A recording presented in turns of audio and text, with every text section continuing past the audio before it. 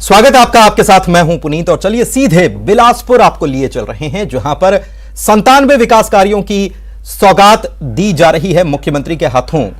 और flyover, Tifra flyover, जिसकी लागत 100 करोड़ के करीब है, उसका भी लोकार्पण किया गया है। इसके अलावा कई अन्य सौगातें दी गई हैं। लोकार्पण और शिलान्यास मुख्यमंत्री के हाथों हुआ है। और ये सीधी तस्वीरें आपको हम दिखा रहे हैं। फ्लाईओवर जो है ये एक बड़ी लागत से तैयार हुआ है। तिफरा फ्लाईओवर है और इसकी लागत जो है वो 100 करोड़ है।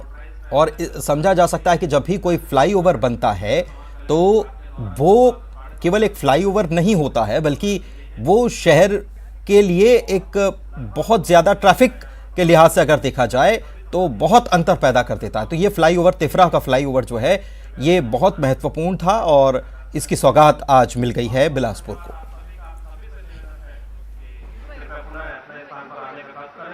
इस बीच में डॉक्टर सारांश मेहता, कलेक्टर बिलासपुर से निवेदन करता हूं कि वे आज के कार्यक्रम का प्रतिवेदन पठन करने का प्रस्ताव है। डॉक्टर सारांश मेहता, कलेक्टर बिलासपुर।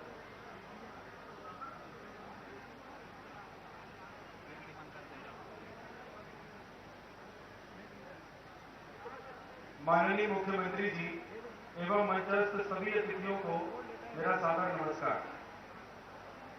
मुझे आज ये बताते हुए हर्ष महसूस हो रहा है कि माननीय मुख्यमंत्री जी के कदमों से आज बिलासपुर को कई मुख्यमंत्री का अभिनंदन स्वागत करने के लिए तमाम लोग उमड़ पड़े हैं, क्योंकि जो सौगात मिली है वो सौगात ही कुछ ऐसी है जिसका लंबे अरसे से इंतज़ार किया जा रहा था। और आखिरकार वो दिन आ ही गया जब बिलासपुर को ये सौगात मिली, तिफरा फ्लाईओवर की सौगात मिली।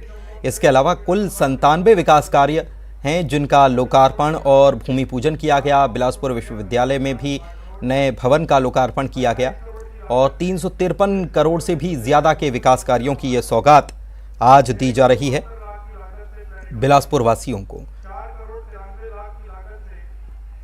इस फ्लाईओवर के बनने के बाद बहुत ज़्यादा ट्रैफिक की जो समस्या बिलासपुर में रहती है, उससे निजात आसानी से लोगों को मिल पाएगी।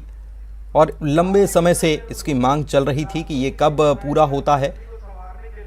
और सीएम जब पहुंचे तो उनका ज़ोरदार स्वागत यहां पर देखने को मिला। तारामंडल का भी शुभारंभ मुख्यमंत्री के हाथों हुआ है। जन सैलाब जो है वो उमड़ पड़ा। क्या महिलाएं, क्या बच्चे, क्या युवा, क्या बुजुर्ग, सबको ये यहाँ नज़र आया। 5 तस्वीरें जो आपको दिखा रहे हैं जिसमें फ्लाईओवर का भी उद्घाटन मुख्यमंत्री के हाथों यहाँ पर हुआ है। और जब मुख्यमंत्री यहाँ पहुँच रहे थे तब उनका ज़ोरदार स्वागत भी यहाँ पर देखने को मिला। पलक पावड़े लोगों ने यहाँ पर बिछा दिए मुख्यमंत्री के स्वागत में। और ये सीधी तस्वीरें बिलासपुर की आपको हम दिखा रहे हैं।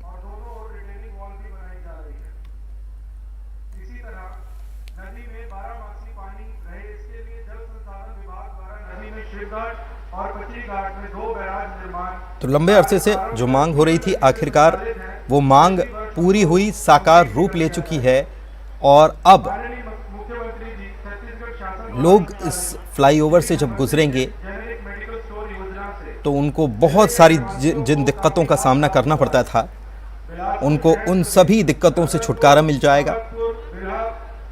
चाहे लंबा रास्ता तय करना था पहले, तो वो भी समस्या अब दूर हो गई है। तो ऐसे में ये फ्लाईओवर बहुत ज़रूरी था। और भी कई विकास कार्य जो हैं वो किए गए, जिसकी सौगात मिली है। लोकार्पण भी किया गया है और शुभारंभ भी किया गया है, शिलान्यास भी किया गया है।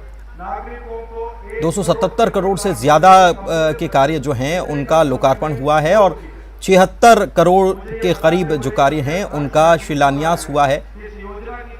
यानी अब वो तेज़ी से उन प्रोजेक्ट्स पर काम चलेगा। और जो प्रोजेक्ट पहले से चल रहे थे आज वो पूरे हुए हैं। और जब ये पूरे हुए हैं तो ये मौका खुशी का बनता ही है। और इसी की तस्वीरें हम आपको दिखा रहे हैं, अलग अलग तस्वीरें। तारामंडल का शुभारंभ किया गया, फ्लाईओवर का उद्घाटन किया गया। बिलासपुर से मंच से ये तस्वीरें जहां पर मुख्यमंत्री नजर आ रहे हैं। 1519 शिविरों का आयोजन कर 84 मरीजों का उपचार प्रतिदिन प्रति एमएमयू किया जा रहा है, जो कि पूरे प्रदेश में सबसे अधिक है। इसी योजना के विस्तार के अंतर्गत नगर पालिका निगम नगर पालिका रतनपुर, तखतपुर, नगर पंचायत बिल्हा, बोधनी, मल्हार और कोटा में भी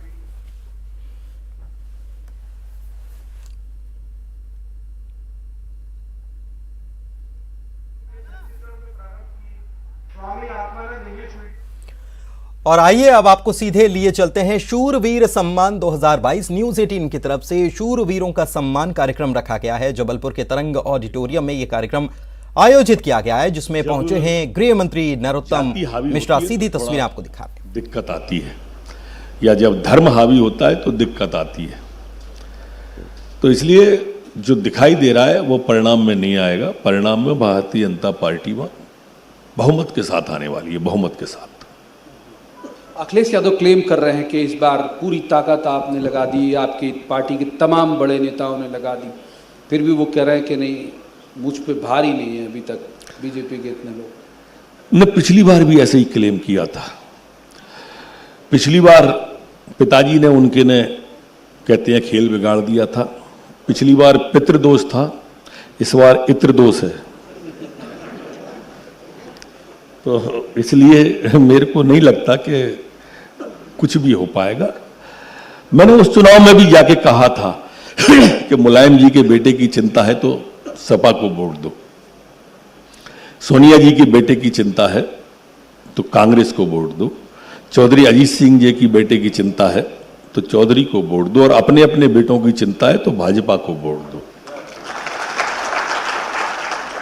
एक बड़ा माफिया राज और गुंडा राज है, और आप तय मान के चलना कि अखिलेश जी अगर जीतते हैं तो सबसे पहले अतीक अहमद छूटेंगे, मुख्तार अंसारी मुक्त होंगे, आजम खान मुक्त होंगे, और योगी बाबा जीतेंगे तो कृष्ण जन्मभूमि मुक्त होगी। आप देख लेना। सबसे पहले ये दो सोच हैं, दो विचार हैं जो मैं आपसे कह रहा हूं। एक कृष्ण जन्मभूमि राम जन्मभूमि से हो गया, कृष्ण जन्मभूमि जो है वो मुक्त होगी या ये मुक्त होंगे। अब जनता किसको मुक्त करना चाहती है ये उनके हाथ में। डेमोक्रेसी है ये, यहां तो गिनती का खेल है, जमहूरियत है। वो कहावत है, किसी शायर ने कहा है कि जमहूरियत एक तर्ज हुकूमत है, यहां बंदों को गिना जाता है, तोला नहीं जाता। एक आपकी जो इमेज है वो कुछ इस तरह की बन रही है, उसकी वजह आपके बयान है, आपका एक्ट है, बड़ा हिंदू हृदय सम्राट टाइप की जो आपकी इमेज बन रही। कोई वेब सीरीज में थोड़ा सा भी कुछ दिखा तो आप रिएक्ट करते हो, कोई शूटिंग में कुछ ऐसा आपको दिख गया तो आप रिएक्ट करते हो, कोई एडवर्टीजमेंट आपको ऐसा दिख गया मंगलसूत्र से जुड़ा हुआ तो आप रिएक्ट करते हो। और मतलब ना केवल रिएक्ट करते हो बल्कि कहते हो कि भाई जर्नलिस्ट करो इन सबको लेके। तो ऐसा लग रहा है कि बिल्कुल हिंदू हृदय सम्राट बनने की तरफ अग्रसर हुआ। अच्छा एक बात बताओ प्रवीण जी, इन सब ने माफी मांगी? एक मैंने जितने पे रिएक्ट किया इन सब ने अपने विज्ञापन वापस लिए। इसका मतलब मैं गलत नहीं था ना, पहली बात। दूसरा, क्या जरूरी है कि जो हिंदुओं की महिलाओं के आभूषण हैं उन्हीं का प्रयोग किया जाए इसमें? किसी और धर्म के भी तो आभूषण का प्रयोग कर सकते हो, क्यों नहीं करते?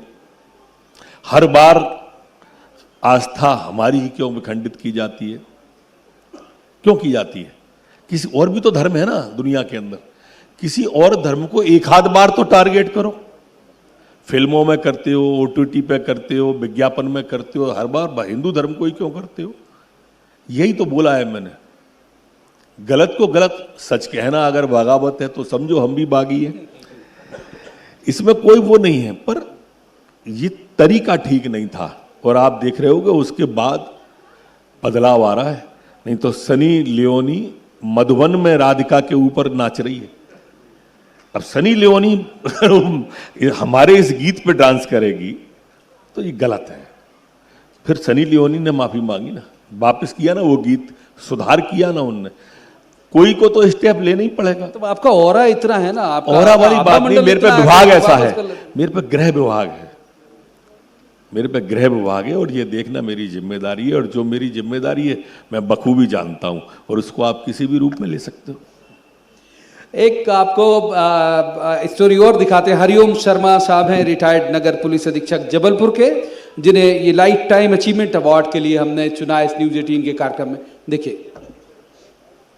शूरवीर कार्यक्रम पर लगातार नजर बनी हुई है और इस बीच आपको बिलासपुर लिए चलते हैं जहां पर कार्यक्रम आयोजित किया गया है और यहां लोकार्पण और कई सारी सौगातें दी गई हैं मुख्यमंत्री के हाथों। ये तस्वीरें आपको हम सीधी दिखा रहे हैं बिलासपुर से। इसके लिए जल संसाधन विभाग द्वारा नदी में शिव घाट और पश्चिमी घाट में 2 बैराज का निर्माण कराया जा रहा है। शिव घाट में 49 करोड़ 13 लाख की लागत से तथा पश्चिमी घाट में 48 करोड़ 57 लाख की लागत से बन रहे बैराज से नदी लगभग 6 किलोमीटर तक पानी का भराव रहेगा। और अब शहर के विकास में एक नए अध्याय की शुरुआत करते हुए माननीय मुख्यमंत्री श्री भूपेश बघेल आज न्यायधानी को देने जा रहे हैं कई अनुपम सौगात। तितरा फ्लाईओवर ब्रिज 107 करोड़ 49 लाख रुपए की लागत से 1620 मीटर की लंबाई में इस फ्लाईओवर ब्रिज का निर्माण किया गया। काफी लंबे समय से बिलासपुर रायपुर मार्ग में तितरा रेलवे क्रॉसिंग में व्यवस्थित और चौड़े फ्लाईओवर ब्रिज की जरूरत महसूस की जा रही थी। नगरीय प्रशासन एवं विकास विभाग द्वारा तितरा छोर से स्वर्गीय जमुना प्रसाद वर्मा कॉलेज तक ब्रिज का निर्माण किया गया है। इससे पूर्व रेलवे क्रॉसिंग में एक और ब्रिज का निर्माण किया गया था, लेकिन ब्रिज के सामने ही चौक होने और ब्रिज की चौड़ाई कम होने के कारण चौक के चारों ओर समेत ब्रिज में आए दिन जाम का सामना करना पड़ता था। पर अब इस फ्लाईओवर ब्रिज के बन जाने से महाराणा प्रताप चौक और तितरा छोर में जाम से मुक्ति मिल जाएगी। इसके साथ ही शहर वासियों को प्लेनेटोरियम की भी मिलने जा रही है सौगात। बिलासपुर स्मार्ट सिटी लिमिटेड द्वारा 3.5 एकड़ में 6 करोड़ 77 लाख रुपए की लागत से बनाए गए doctor APJ Abdul Kalam planetarium में शहरवासियों को मिलेगा ज्ञान का भंडार और मनोरंजन। दिन में ही आकाशीय नजारे के साथ ही यहाँ आने वालों को विज्ञान तथा खगोल शास्त्र के बारे में मिलेगी महत्वपूर्ण जानकारी। 200 की बैठक क्षमता वाले इस प्लेनेटोरियम में आगंतुकों के लिए 4K सिंगल टेक्नोलॉजी का प्रोजेक्टर भी लगाया गया है। इसके अलावा प्लेनेटोरियम परिसर में ऑक्सीजन जोन का भी निर्माण किया गया है। प्लेनेटोरियम पहुंचने वाले आगंतुकों की सुविधाओं को ध्यान में रखते हुए बिलासपुर स्मार्ट सिटी लिमिटेड द्वारा पहुंच मार्ग का भी निर्माण किया गया है। व्यापार विहार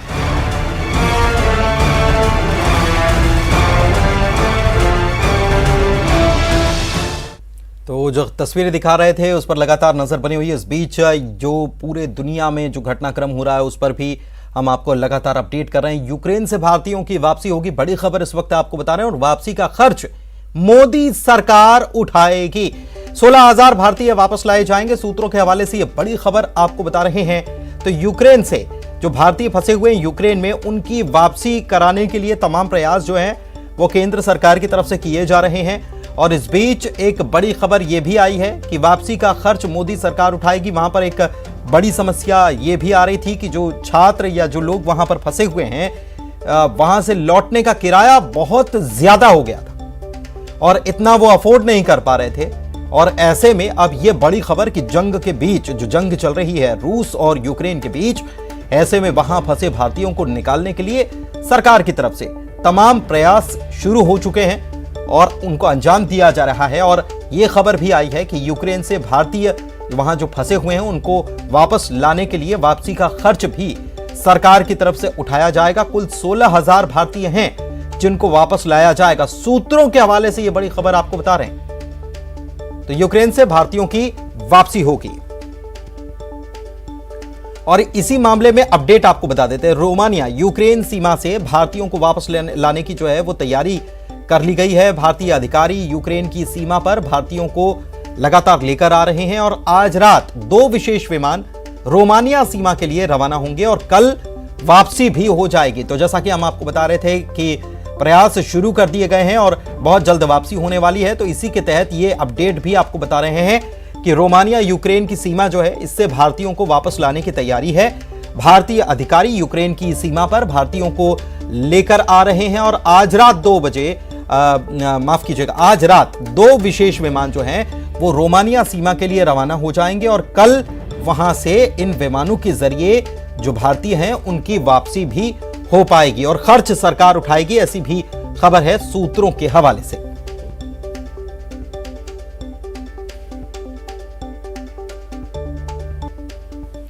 और वक्त एक ब्रेक का हो चला है, जल्द लौटेंगे, बने रहिए।